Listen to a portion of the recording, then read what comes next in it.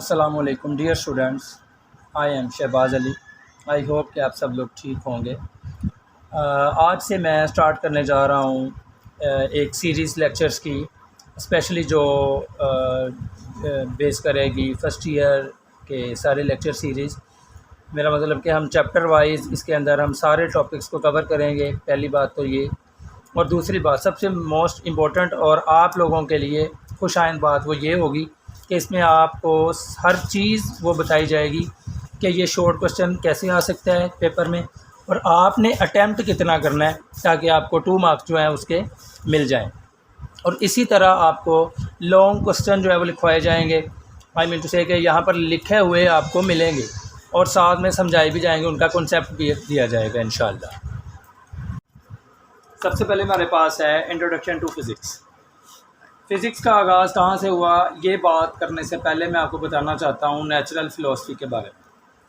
तो हमारा क्वेश्चन है, what is natural philosophy before 18th century, mean to say 18वीं सदी के अंदर या उससे पहले स्टडी, हर किस्म की स्टडी जो हम करते थे, लाइक लोग इंटरेस्ट रखते थे, कुछ फ़िलासफ़र थे, कुछ लोग कंप्यूटर के में, मतलब कंप्यूटर तो तब नहीं था खैर, कुछ मैथमेटिक्स के माहिर थे, और कुछ लोगों को साइंस में बहुत ज़्यादा इंटरेस्ट था। लाइक कुछ लोग नेचुरल फिनोमिनाज में बहुत ज़्यादा इंटरेस्ट रखते थे, जैसे कि सूरज का तुलू होना, ग़रूब होना, मौसम का बदलना वगैरह वगैरह। उनके लिए ये थोड़ा अजीब था, लेकिन वो क्यूरियस भी थे, तजस्सुस भी रखते थे इस चीज़ का कि हमें पता चले कि दिन रात में कैसे बदलती है और रात दिन में कैसे बदलता है। मतलब ये तो थोड़ा बहुत इंट्रोडक्शन है। तो मैथ की स्टडी हो, केमिस्ट्री की हो, फ़िज़िक्स की हो, बायो की हो, ज़ूलॉजी की हो, बॉटनी की हो, जो कि सब्जेक्ट्स आजकल आप पढ़ रहे हैं, ये सारे सब्जेक्ट एक ही सिंगल सब्जेक्ट के अंदर पढ़े जाते थे। उस किताब का नाम था नेचुरल फ़िलासफ़ी। ये 18वीं सदी से पहले की बातें हैं कि जब इतनी ज़्यादा साइंस के अंदर रेवोल्यूशन नहीं थी, तब सारे सब्जेक्ट्स एक ही सब्जेक्ट के अंदर, एक ही बुक के अंदर पढ़े जाते थे, और उस बुक का नाम क्या था, natural philosophy. Then with the revolution of science और डेवलपमेंट ऑफ साइंस, इसको ब्रांचेस में डिवाइड कर दिया गया नेचुरल फ़िलासफ़ी को। नेचुरल फ़िलासफ़ी की 2 ब्रांचेस बनी, पहली बायोलॉजिकल साइंस और दूसरी फ़िज़िकल साइंस। अच्छा जी, अब हम जानेंगे कि बायोलॉजिकल साइंस क्या होता है। जैसा कि आपको नाम से ज़ाहिर है, बायो का मतलब होता है ज़िंदगी, लाइफ। तो जितनी भी चीज़ें, हर वो चीज़ जो सांस लेती है, ज़िंदगी वाली है, लाइफ वाली है, वो हम बायोलॉजिकल साइंस के अंदर स्टडी करेंगे। तो इसकी अगर डेफिनेशन करें तो वो क्या होगी, it is branch of natural philosophy in which deals with living things. Main branches, अब लिविंग थिंग्स के अंदर मेन ब्रांचेस हैं जिसमें आप लोग पढ़ते हो आजकल बायोलॉजी, साइंसेस और ज़ूलॉजी, माइक्रोबायोलॉजी एंड बॉटनी। यहाँ पर अगर मैं थोड़ी सी बायोलॉजी को डिफ़ाइन करूँ तो वो ये है, बायोलॉजी का मतलब है ज़िंदगी का मुताला। ज़ूलॉजी जैसे कि नाम से ज़ाहिर है, ज़ू जानवर होते हैं जहाँ पर, तो ये जानवरों की ज़िंदगी का मुताला है। माइक्रो का मतलब है बहुत छोटे छोटे जानदार, तो माइक्रोबायोलॉजी छोटे छोटे जानदार भी तो जानदार हैं, उनकी स्टडी। एंड बॉटनी और पौधों की स्टडी, मतलब नबातात की स्टडी। पौधे भी सांस लेते हैं, कार्बन डाइऑक्साइड लेते हैं और ऑक्सीजन को एग्जॉल्व करते हैं। अच्छा जी, दूसरी हमारे पास जो ब्रांच थी वो है फ़िज़िकल साइंस। अब फ़िज़िकल साइंस जैसे कि नाम से ज़ाहिर है, फ़िज़िकल एस्पेक्ट्स के बारे में स्टडी।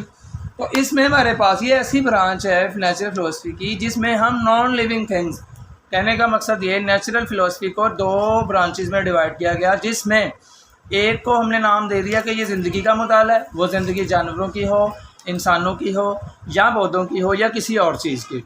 और दूसरी ब्रांच, ज़ाहिर बात है इस दुनिया में नॉन लिविंग थिंग्स भी बहुत ज़्यादा है, तो उनकी स्टडी को हमने फ़िज़िकल साइंस का नाम दिया। उनकी ब्रांचेस में केमिस्ट्री आ जाती है, जैसे कि रिएक्शंस वगैरह कराते हैं हम केमिकल्स के, तो केमिकल सारे नॉन लिविंग थिंग्स में आते हैं। मैथमेटिक्स, जितने नंबर सिस्टम हैं सारे नॉन लिविंग थिंग्स में आते हैं। और कंप्यूटर, और इसी तरह जो हमारा मेन फोकस है, आई मीन टू से फ़िज़िक्स। तो हम अब पढ़ेंगे फ़िज़िक्स क्या है, इसकी डेफिनेशन क्या है। तो यहाँ से MCQ भी आपको आता होता है कि जो फ़िज़िक्स है वो किस साइंस से बिलोंग करती है। तो physics belongs to physical sciences. Okay जी, now we will discuss about the definition of, especially first of all definition of physics. तो डेफिनेशन है जी, study of matter, energy and their mutual relationship.